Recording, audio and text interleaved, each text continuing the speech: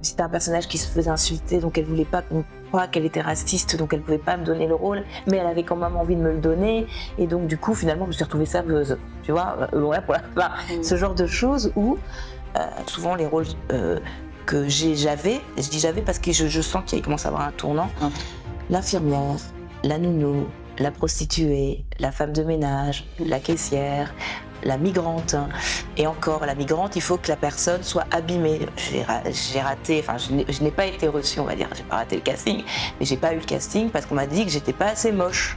Une figuration dans un hôpital, et la costumière dit à la comédienne caucasienne, blanche, tu fais quoi toi? On t'a dit que tu faisais quoi? Elle m'a dit et elle répond, on m'a dit que je devais faire infirmière.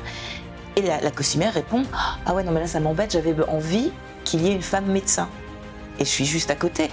C'est-à-dire que dans l'imaginaire de la costumière, je ne pouvais pas incarner le rôle du médecin.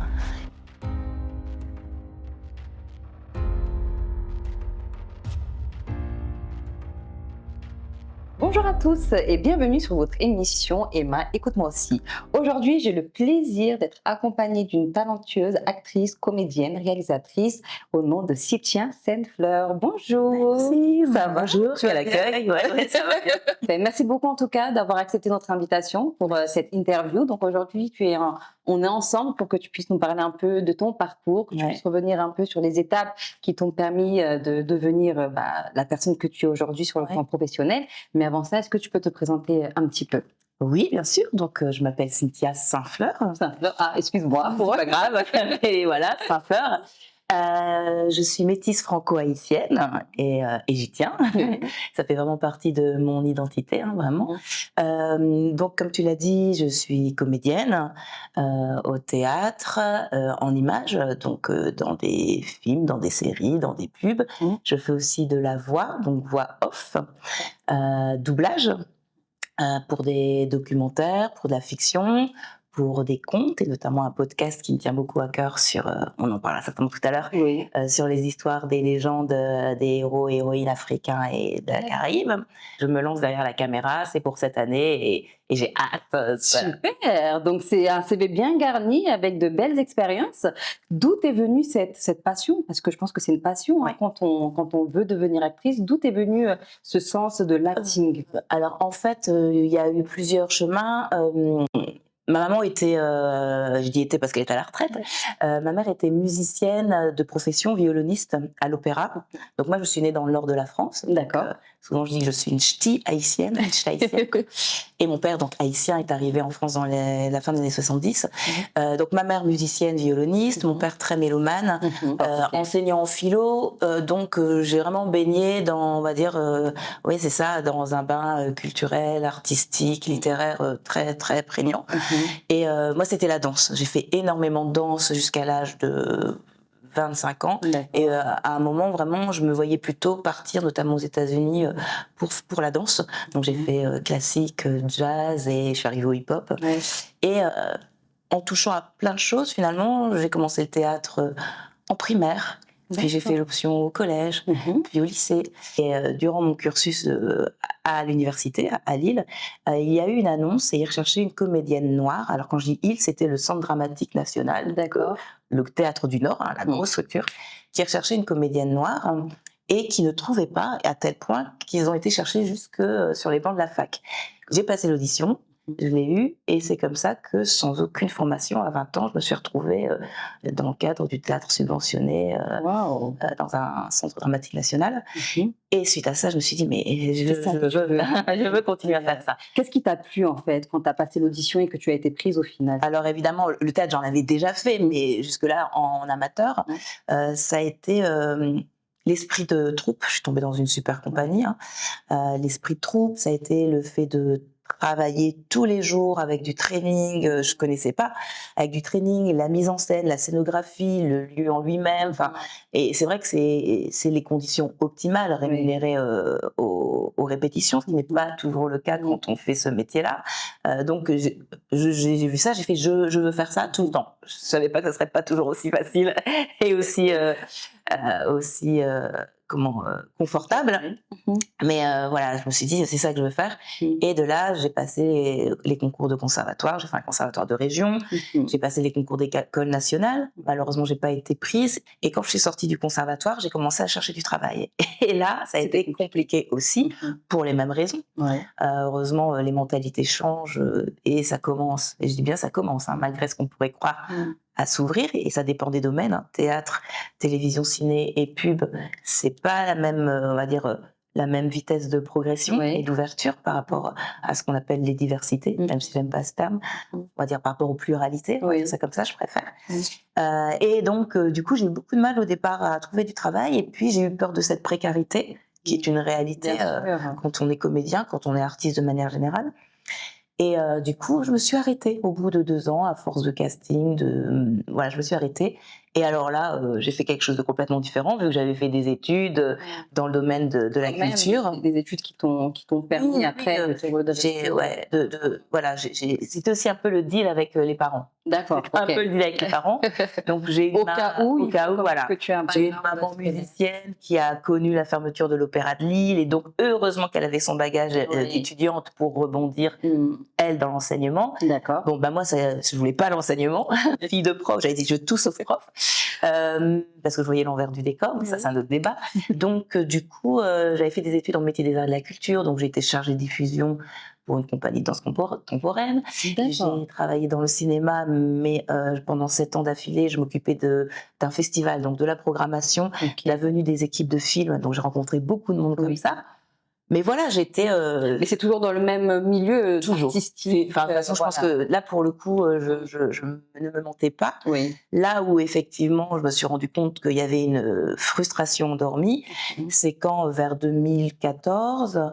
Alors, et puis j'ai monté aussi une boîte dans l'alimentation bio et sans allergènes, donc rien à voir, je faisais du traiteur, de l'événementiel. J'ai repris des études de droit parce qu'à un moment, je me sentais pas à ma place. Et comme la notion de justice, d'égalité...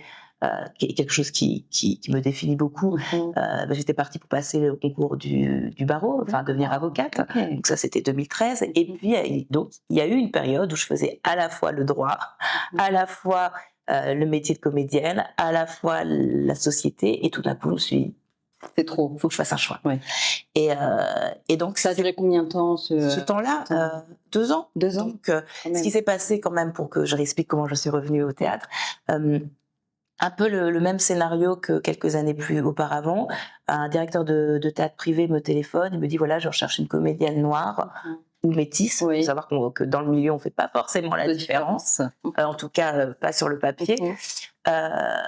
Pour jouer dans Les monologues du vagin. Il y avait donc c'est un texte contemporain, et il y avait une scène sur l'excision, et il souhaitait que ça puisse être porté par une comédienne, à travers laquelle le public pouvait se projeter dans l'histoire, etc. J'ai passé l'audition, et finalement il m'a proposé un autre rôle dans une première pièce, puis une deuxième, puis je suis revenue au monologue du vagin. Donc là on est en 2015-2016, et alors que je n'avais pas joué depuis 8-10 ans, je ne sais plus, je me suis retrouvée par intermittente du spectacle, à jouer parfois jusqu'à 9 fois par semaine, à aller en cours le lendemain matin, en droit, enfin voilà, bref. Et donc, et 2017, on m'a proposé un rôle dans un court-métrage, un réalisateur martinico-congolais qui m'avait rencontré dans un événement. Il m'a proposé un rôle dans son court-métrage, et le tournage était le même jour que mon dernier examen de droit. Et là, je me suis dit, c'est un signe, c'est que faut faire un choix. Donc, j'ai négocié avec la prof pour passer l'oral avant de prendre le train, et je suis partie directement au tournage, et j'ai pas regretté, puisque ce court-métrage nous a emmenés jusqu'aux États-Unis, sur le festival panafricain, qui a été créé par Danny Glover. Donc tout d'un coup, je mange avec Danny Glover, un truc complètement hallucinant que je n'aurais jamais imaginé 6 mois plus tôt. Donc voilà, ça c'est le côté paillette. Et de retour en France, voilà, c'est bon, j'arrête de mentir, j'attaque. Et c'est comme ça que j'ai remis petit à petit en place les réseaux. Je n'avais plus du tout de réseau d'images. Donc quand c'est comme ça, comment t'as fait? Quel a été ton plan d'action? Je me forme. C'est-à-dire que je me forme, je vais rencontrer les gens. Donc je me forme en jeu face caméra, parce que c'est très différent. Enfin, je trouve, c'est le même instrument, mais c'est pas les mêmes techniques que de jouer face caméra et de jouer en voix projetée quand on est sur une scène de théâtre. On ne fait pas appel aux mêmes organes, je pensais à la voix, mais voilà, on fait pas appel aux mêmes techniques.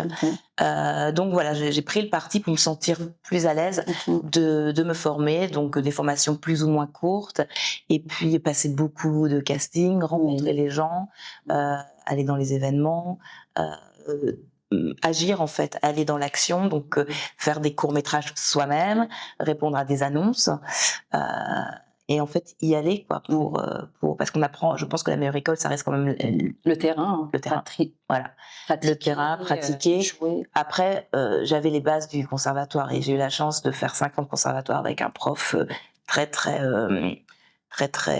sévère, rigoureux. J'ai été formée sur les méthodes russes, donc Stanislavski, Acteur Studio, etc. Et donc c'est des choses qu'il faut travailler encore, même quotidiennement, des exercices quotidiens que je ne fais pas forcément, je ne vais pas mentir, mais qui sont importants. Mais qui sont importants. Donc au moins, en tout cas, chaque année, moi j'essaye de retourner en formation d'acting, parce que c'est de la même manière qu'un sportif s'entraîne, le comédien doit s'entraîner en fait. Bien sûr, même sur la partie aussi élocution. Oui, on a des exercices voilà, de diction enfin, je dis on, allez, je veux dire que moi je fais avant de monter sur scène ou avant de prendre la parole ou avant d'entrer en tournage. Voilà, c'est des choses qu'on apprend. Durant le cursus de formation, mais au-delà de ça, si tu veux jouer, en tout cas moi j'ai besoin, si je veux jouer vrai, de reprendre les exercices et mes moteurs et mes outils et de m'entraîner pour pouvoir me laisser surprendre face caméra ou surprendre l'autre et être le plus vraisemblable et authentique possible. D'accord. Voilà, ça c'est un peu ma sauce. D'accord. Et selon toi, c'est quoi le plus difficile dans le métier d'acteur?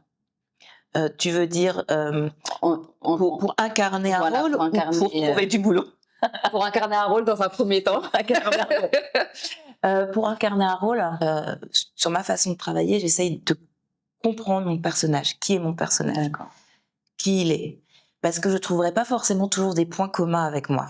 Tu vois, si j'ai déjà eu l'occasion, un des derniers rôles, d'ailleurs, c'était drôle parce que petite anecdote, je discutais avec une personne qui me parle de la scène et qui me parle d'une fille vaguement qui fume et qui est d'une mauvaise. Et je regarde, je me dis, c'était moi. Et il m'avait pas reconnue. Et ça, c'est le meilleur compliment qu'on puisse faire à un comédien. Quelqu'un qui te connaît, qui parle avec toi, qui a pas remarqué que c'était toi. J'avais certes pas la même coiffure. Et donc là, par exemple, pour ce personnage-là, c'était un personnage, donc une fumeuse. Je n'avais jamais touché une cigarette de ma vie, donc j'ai dû apprendre le geste de la fumeuse pour ça. C'était il y a 1 an à peine, et avec une réplique cinglante, mauvaise, qui n'est pas moi. Donc du coup, je me mets en empathie avec mon personnage, même si c'est la pire des crapules, pour pas être vulgaire. Et l'idée, c'est pour moi en tout cas, de ne faire plus qu'un avec mon personnage et d'essayer de le comprendre. Et après, alors c'est mes outils, essayer de retrouver des moments où j'ai pu avoir les mêmes émotions. Moi j'utilise la méthode du vécu, ou alors du parallèle, ou alors des sensations. Si je reprends, je dirais la chose c'est pas la plus difficile en fait, c'est la plus challengeante. Donc c'est ce que je préfère, c'est jouer un personnage qui est à l'opposé de qui je suis. C'est ça que je trouve le plus enthousiasmant, parce qu'on compose.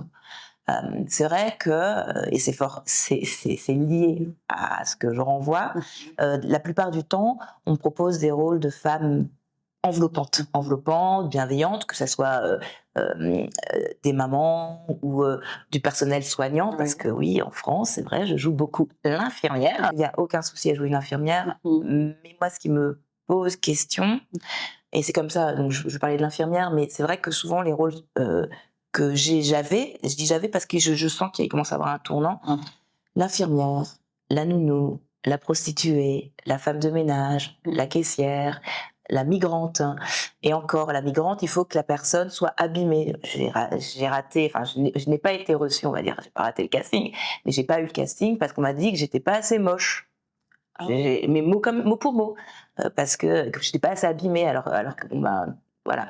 Il y a des castings que j'ai pas parce que je suis pas assez noire, d'autres parce que je suis pas assez claire. Enfin, il y a encore des choses comme ça sur des clichés, hein, vraiment sur des clichés. Là, je parlais vraiment du rôle de migrant. On m'a dit que j'étais trop claire pour être une migrante. Et quelles ont été les difficultés auxquelles tu as dû être face? Ça, j'imagine. Alors, les difficultés ont un peu évolué. Quand j'ai commencé le métier, je suis arrivée dans des castings, donc la seule métissée, où la réalisatrice s'excusait parce que c'était un personnage qui se faisait insulter, donc elle voulait pas qu'on croie qu'elle était raciste, donc elle pouvait pas me donner le rôle, mais elle avait quand même envie de me le donner, et donc du coup finalement je me suis retrouvée serveuse, tu vois, ce genre de choses où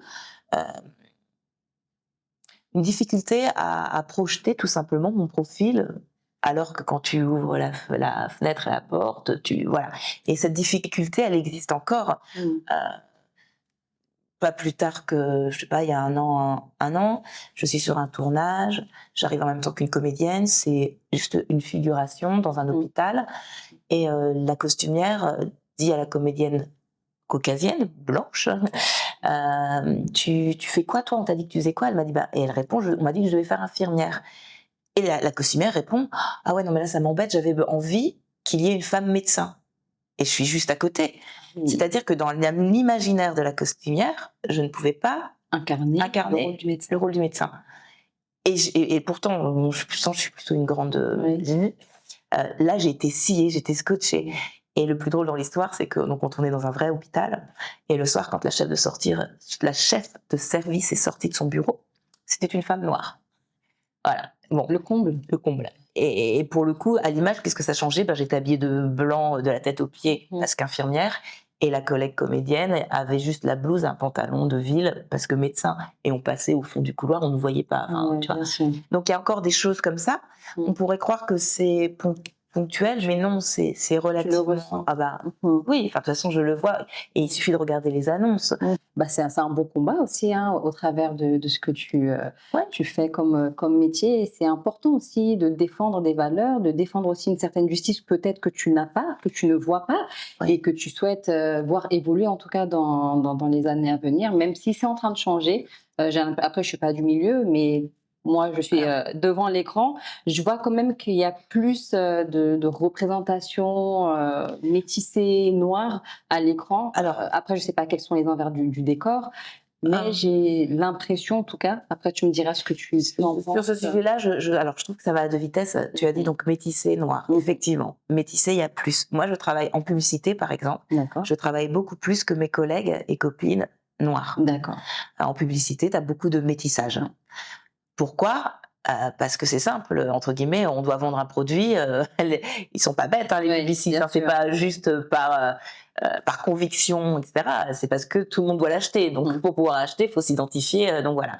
Mais c'est vrai que tu as, je pense clairement, c'est pas le bon adverbe clairement, mais tu as plus de métis, je pense, que de noirs dans les pubs, même s'il y en a. Mais ce qui est intéressant aussi, c'est de voir c'est pour quel genre de pub. Oui, c'est vrai aussi. Tu vois, c'est ça aussi. La nuance à faire. Bon, évidemment, si on va te parler d'une pub pour les cheveux, pour vendre un produit pour les boucles, voilà, d'accord. Mais si je parle de pub affiche, tout d'un coup, tu vas avoir de la diversité quand il s'agit de vendre un service d'aide à la personne. Ou quand il va s'agir de transfert à l'étranger d'argent, tu vois. Et puis, tu en auras moins, voilà. Et en fait, tu retrouves la même chose dans les fictions. C'est pas forcément évident d'avoir une magistrature dans une fiction, et ça c'est du vécu aussi, qui soit d'une part féminine et d'autre part racisée. C'est pas ou avec des personnes handicapées. Enfin voilà, il y a plein. Alors je sais, j'entends, mais il faut arrêter, il y a des problèmes qui sont plus graves que ça. Mais encore une fois, là où je trouve que c'est problématique, c'est parce que c'est important par rapport au fait que la société a besoin de se sentir représentée. Parce que si t'es pas représenté, c'est comme si t'étais nié. C'est vrai, je suis d'accord avec toi. Ouais. Et comment est-ce que, justement, par rapport à ces différentes difficultés, tu arrives à pallier? Parce qu'aujourd'hui, quand même, tu es présente, enfin, tu as fait pas mal de téléfilms, de séries, de courts-métrages, de clips musicaux aussi. Quelle est ta force, selon toi, pour réussir à pallier à ce problème qui se trouve? Je suis têtue. Je suis Talentueuse, peut-être aussi? Ouais, j'espère, ouais. Non, il y a le travail. Ouais. Ça, c'est clair. Il y a le travail. Le talent, c'est une chose, hein, mais un talent, Ça se perfectionne. Voilà, ça se perfectionne et ça s'entretient. Donc, il y a le travail. Il y a une certaine forme d'humilité à accepter de sortir de sa zone de confort. Ouais. Donc, en allant se former, avec parfois des plus jeunes, des plus frais, et parce qu'il y a aussi l'agisme, hein, ça c'est notre sujet, mais voilà, je suis plus une femme de 22 ans, donc c'est moins facile qu'à l'époque. Donc la détermination, la passion, la patience, ça j'ai dû apprendre parce que j'en ai pas beaucoup au naturel. Et puis, comme je disais tout à l'heure, c'est faire. Donc, à force de me voir en casting, en audition, etc., il y a le fait d'apprendre à communiquer. À la base, les réseaux sociaux, c'était pas forcément mon truc. Et puis, en fait, je me suis rendu compte que ça marche. Plus t'es présent, plus on pense à toi. Oui, c'est ça. Gros. On te voit, en fait. Plus on te voit, plus on se dit, ah bah tiens, peut-être que Cynthia pourrait correspondre pour ça ou ça. Donc en 2018, ça a été le retour pour toi en tant qu'actrice, comédienne, et c'est un retour aussi qui t'a plutôt bien accueilli avec ces différentes apparitions que tu as réussi à avoir. Donc c'est un signe, je pense aussi, du choix que tu as fait de continuer. Quand les portes s'ouvrent, c'est qu'on a fait le bon choix. Le bon choix. En tout cas, c'est ce que je me suis dit. 2017, c'est le moment où j'ai vraiment choisi de ne plus faire que ça. 2018, ça a été le début. 2019, ça a continué. 2020, ça a été la période un peu lente pour tout le monde. Et puis après, ce qui est nouveau aussi, c'est que j'ai décidé de me mettre à écrire. C'était devenu très important pour moi parce que, comme je le disais, manque de représentation. Plutôt que de s'en plaindre, qu'est-ce qu'on fait? On fait soi-même. Donc, je me suis mise à écrire. Je me suis formée en écriture. Hein. De toute façon, je suis scolaire. Hein. Oui, j'adore étudier, etc. Voilà. Merci maman. Donc, voilà. Merci maman, merci papa. J'adore étudier. Je pense que j'étudierai jusqu'à la fin de ma vie des nouveaux champs d'action qui n'ont rien à voir avec le métier d'artiste.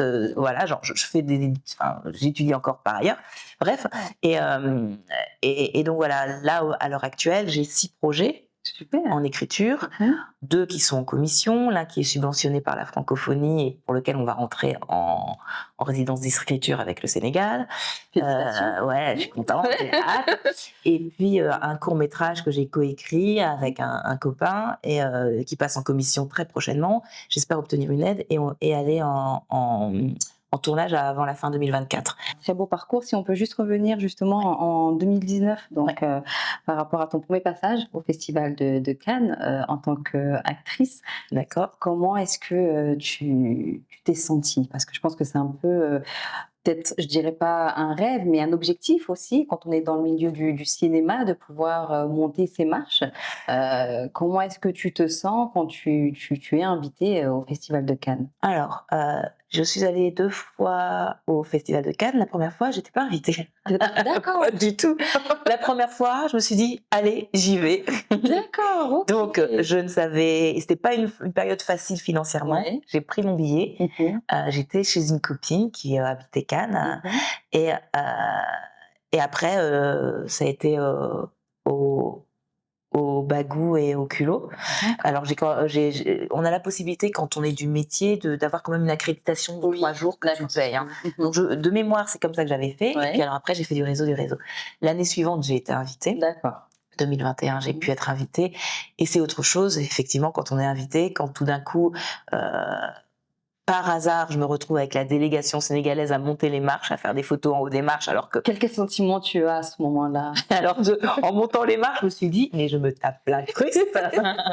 Et puis, c'est ça que tu as eu? Ah bah, c'était clairement ça. En fait, non, n'exagérons pas. J'avais discuté avec la délégation, etc. Et on était en train de discuter, et tout d'un coup, le service de sécurité dit, bon, allez-y, vous montez. Et le service de sécurité voit un groupe de Noirs et de Métis, il fait pas la différence, il fait monter tout le monde. Donc moi, je me retrouve à monter les marches. C'était le jour de mon anniversaire, donc pur hasard. Alors là, voilà, donc un beau cadeau d'anniversaire. Super cadeau d'anniversaire. Et puis là, il faut savoir que, en tout cas en 2021, il y avait qu'une seule photographe racisée parmi les photographes.